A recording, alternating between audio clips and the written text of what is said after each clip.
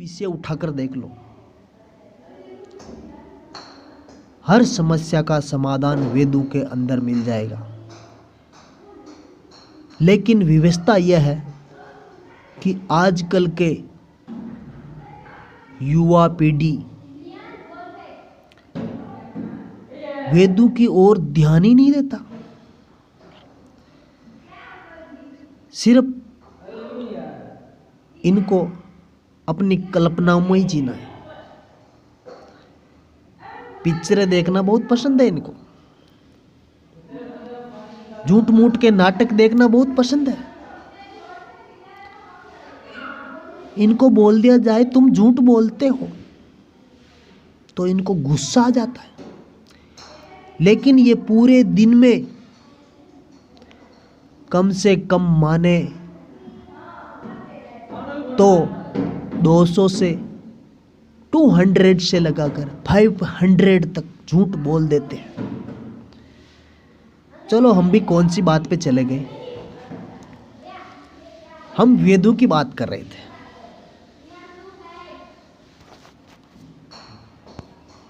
वेदों में हमारे ज्ञान का सारा खजाना वेदों में समाहित है।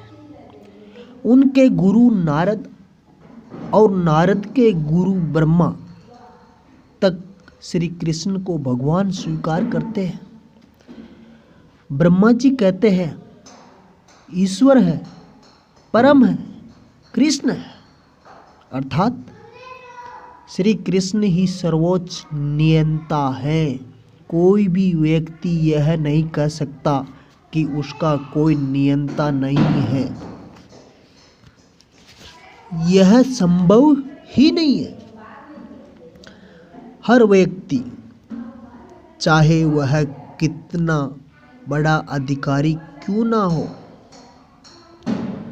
उसे नियंत्रित करने वाला भी कोई न कोई होता है। पर श्री कृष्ण का नियंता कोई नहीं है, इसलिए वे भगवान हैं।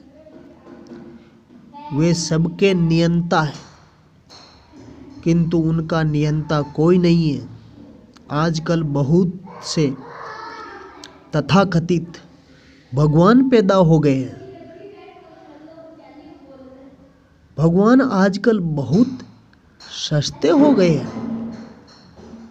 विशेषता से भारत में ही उनका आयात हो रहा है।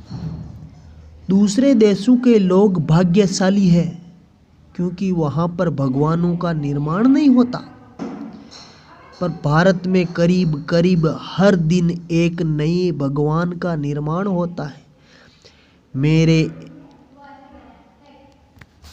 प्रतिपाद जी महाराज के एक शिष्य ने अभी हाल ही में उनको बताया कि एक भगवान भारत से लॉस एंजलिस आ रहे हैं, मतलब अमेरिका में पड़ता है, और लोगों से वहां पर प्रार्थना की गई है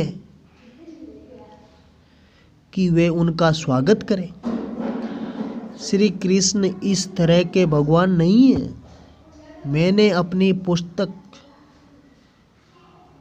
लीला पुरुषोत्तम भगवान श्री कृष्ण में बताया है कि श्री कृष्ण ऐसे भगवान नहीं है जिनका निर्माण किसी योग की फैक्ट्री में हुआ है।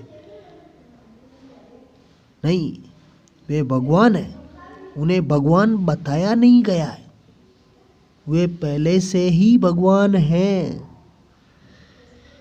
इस विशाल भौतिक प्रकृति के प्राकट्य के पीछे ईश्वर का हाथ है, श्री कृष्ण का हाथ है, और उसे सभी अधिकारियों ने स्वीकार किया है। हमें उस ज्ञान को स्वीकार करना चाहिए जिसे हमारे महान अधिकारियों और आचार्यों ने स्वीकार किया है, ऋषि मुनियों ने स्वीकार किया।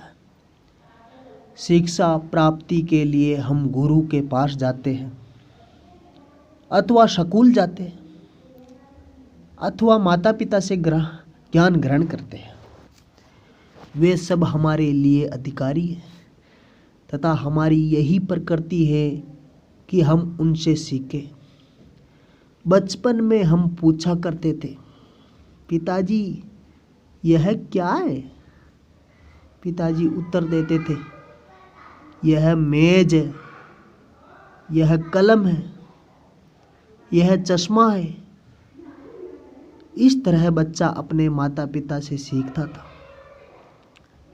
यह मेज है, यह चश्मा है, यह कलम है, यह मेरी बहन है, यह मेरा भाई है, यह इमली का पेड़ है, यह पीपल का पेड़ है, यह पत्थर है, यह पानी है, यह आग है, आदि आदि।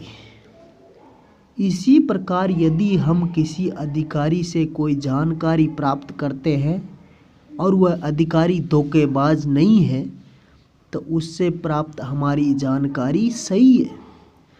जब एक पुत्र माता पिता से कुछ पूछता है तो वे उसे कभी नहीं छलते बल्कि उसे बिल्कुल सही जानकारी देते हैं।